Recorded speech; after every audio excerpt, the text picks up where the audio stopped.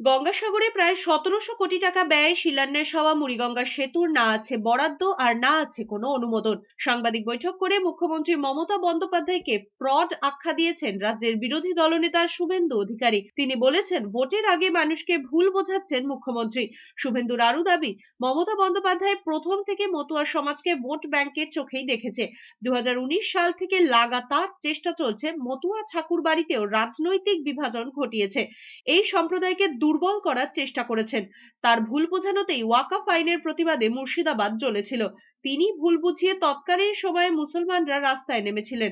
মমতা বন্দ্যোপাধ্যায়কে নিশানা করে শুভেন্দু ফের একবার দাবি করেছেন, এরা যতই ভাবুন যে এই সরকার থাকবে, সেটা থাকবে না। তার সাফ কথা, তৃণমূল ভাবছে মুসলিমরা আগের মতোই তাদের পাশে আছে, ভাবছে আগের মতো বুথ লুট করে ভোট নেওয়া হবে, লাইট নিভিয়ে ছাপ্পা করানো যাবে, কিন্তু তা আর হবে না। শুভেন্দুর চ্যালেঞ্জ, বিজেপি তা করতে দেবে না। মমতা ব্যানার্জিকে আমি চ্যালেঞ্জ করছি, জাতীয় জলপথের এনওসিটা দেখান। আমি মাননীয় মন্ত্রী সর্বানন্দ সোনোয়াল, ক্যাবিনেট মিনিস্টার মাননীয় এম.এস শান্তনু ঠাকুরের সঙ্গে কথা বলেছি। রাজ্য সরকার এনওসির জন্য কোনো প্রসেসই করেনি। ব্রিজটা মুড়িগঙ্গার উপরে হলেও তার অ্যাপ্রোচ রোড স্থলপথ দিয়ে হবে। No land acquisition yet. ৩, soil test নেই। ৪, আরএফপি বানানো হয়নি। ৫, কোন কাগজে, কোন চ্যানেলে, কোন পোর্টালে টেন্ডার নোটিফিকেশন হয়েছে আমাকে কপি দিন। No work order. এটা আরেকটি মিথ্যা।